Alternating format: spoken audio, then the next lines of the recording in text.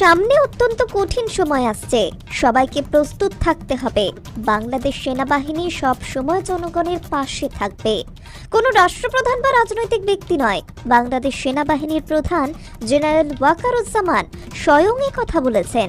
রবিবার Dhaka সেনানিবাসের army multipurpose কমপ্লেক্সে বীর মুক্তিযোদ্ধা সেনা সদস্যদের সংবর্ধনা ও সেনাবাহিনীর শান্তিকালীন পদক অনুষ্ঠানে তিনি এসব কথা বলেন। সেনাবাহিনী দেশের ক্রান্তিকালে অনেক ভালো কাজ করে যাচ্ছে। দেশ এবং জাতি এই সেনাবাহিনীর কাছে কৃতজ্ঞ।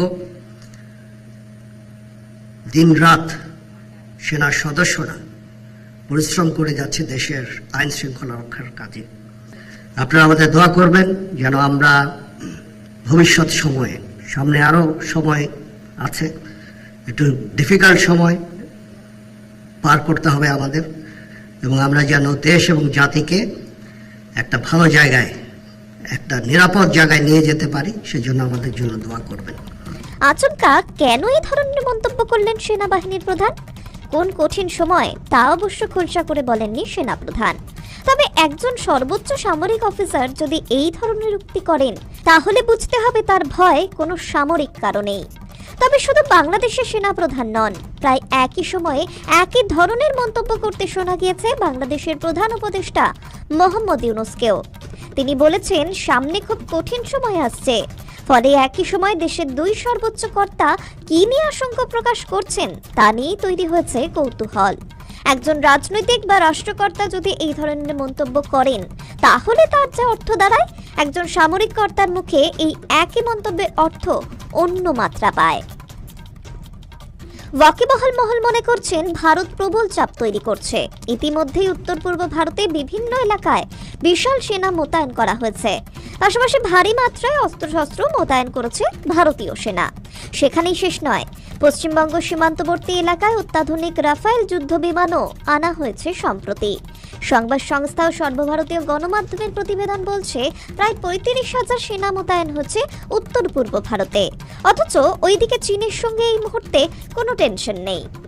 ভারত বাংলাদেশের সঙ্গে প্রায় ৪,০০০ কিলোমিটার সীমান্ত ভাগ করে নেয়। এর মধ্যে মেঘালয়ের সঙ্গে ৪৪৩ কিমি, ত্রিপুরার সঙ্গে ৮৫৬ কিমি, মিজোরামের সঙ্গে ৩১৮ কিমি সীমান্তে বড় কোনো বিপদ তৈরি হয়নি। অপরদিকে বাংলাদেশ ও ভারতের সবচেয়ে বেশি সীমান্ত রয়েছে পশ্চিমবঙ্গে, প্রায় ২,২১৭ কিমি। কোনো সীমান্তেই বড় কোনো ঝুঁকি নেই। তবুও ভারত যে হারে সৈন্য সমাহার করছে, যাকে বাংলাদেশ সেনাপ্রধান হুমকি হিসেবেই দেখছেন, সেই কারণে তার রাতের ঘুম উড়েছে। বিভিন্ন সূত্রে পাওয়া তথ্য বলছে, বাগডোগরা ও হাসিমারা বিমান ঘাঁটিতে দুটি অত্যাধুনিক রাফায়েল যুদ্ধ বিমান মহড়া দিচ্ছে। সর্বভারতীয় সংবাদপত্র দ্য হিন্দু জানাচ্ছে, দুটি রাফায়েল বিমান ছাড়াও ১০১ স্কোয়াড্রন থেকে সুখ ই-৩০ যুদ্ধ বিমানও নিয়ে আসা হয়েছে।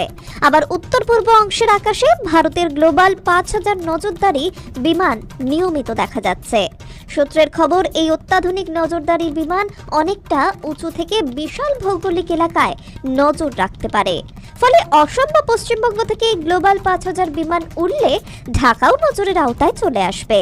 কয়েকটি সূত্র আরও দাবি করছে, M৭৭৭ হাউজার কামান ও পিনাকা মিসাইল সিস্টেমও মোতায়েন করেছে ভারতীয় সেনা।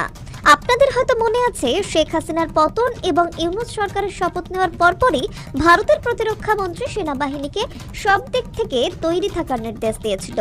लेकिन आज जैसी वैश्विक परिस्थितियां हैं, उनको देखते हुए मैंने यही सारे अपने आर्मी कमांडर्स को मैंने कहा था कि विश्व में शांति की स्थापना के लिए और स्वयं भारत में भी शांति की स्थापना के लिए सदैव हम लोगों को युद्ध के लिए तत्पर रहना चाहिए। এরপর থেকেই ভারত ধীরে ধীরে বাংলাদেশ সীমান্তে সৈন্য সমাহার বাড়াচ্ছে। সেই সঙ্গে ভারী অস্ত্রশস্ত্র মোতায়েন করে চলেছে, যা বাংলাদেশের কাছে একটা বড় মাথা ব্যথার কারণ।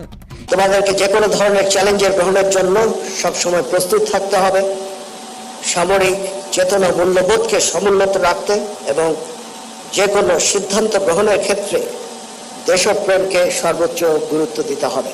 সংশ্লিষ্ট মহলের অভিমত, কোনো স্বাধীন ও সার্বভৌম দেশ তার নিজের সীমানার মধ্যে সৈন্য সমাহার বৃদ্ধি করতেই পারে, কিন্তু যদি তা অন্য কোনো স্বাধীন বা সার্বভৌম দেশের সীমান্তে হয়, সেটা এক প্রকার হুমকি।